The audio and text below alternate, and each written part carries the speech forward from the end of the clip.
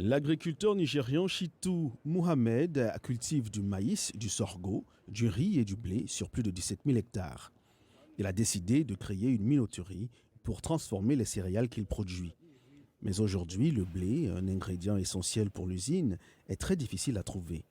Wheat is a diamond, not even gold. Le blé est comme un diamant, pas même de l'or, car vous pouvez voir les troubles politiques que le blé provoque dans le monde. Cela devient difficile parce que la demande est plus élevée que l'offre.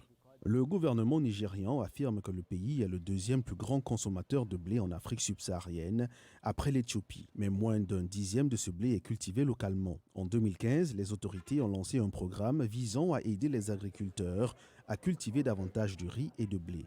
Mais les experts affirment que l'insécurité, le changement climatique et les incohérences politiques ont entravé les progrès. There was inconsistency. Il y a eu des incohérences dans les politiques gouvernementales, en particulier dans le domaine de l'agriculture. Notre politique n'a jamais été cohérente. Du fait de la guerre entre les deux plus grands producteurs de blé au monde, la Russie et l'Ukraine, les prix du blé au Nigeria montent en flèche. En juillet, la Russie s'est retirée d'un accord conclu il y a un an pour autoriser les expéditions de céréales ukrainiennes à travers la mer Noire, imputant son retrait aux sanctions commerciales occidentales. Un peu après, Moscou s'est engagé, lors d'un sommet avec les dirigeants africains, à fournir gratuitement des céréales en Afrique afin d'atténuer l'impact de son retrait de l'accord. Nous pensons que la Russie pourrait faire de la politique avec ces céréales.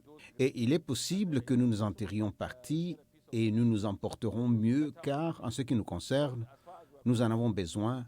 Nous mangeons beaucoup de blé dans ce pays. En juillet, le président Bola Tinubu a déclaré l'état d'urgence en matière de sécurité alimentaire et a ordonné le déblocage d'engrais, de semences et de céréales pour atténuer les pressions du marché. Il a également annoncé une aide de 132 millions de dollars pour la culture de 250 000 hectares de riz, de maïs, de blé et de manioc au cours de la prochaine campagne agricole.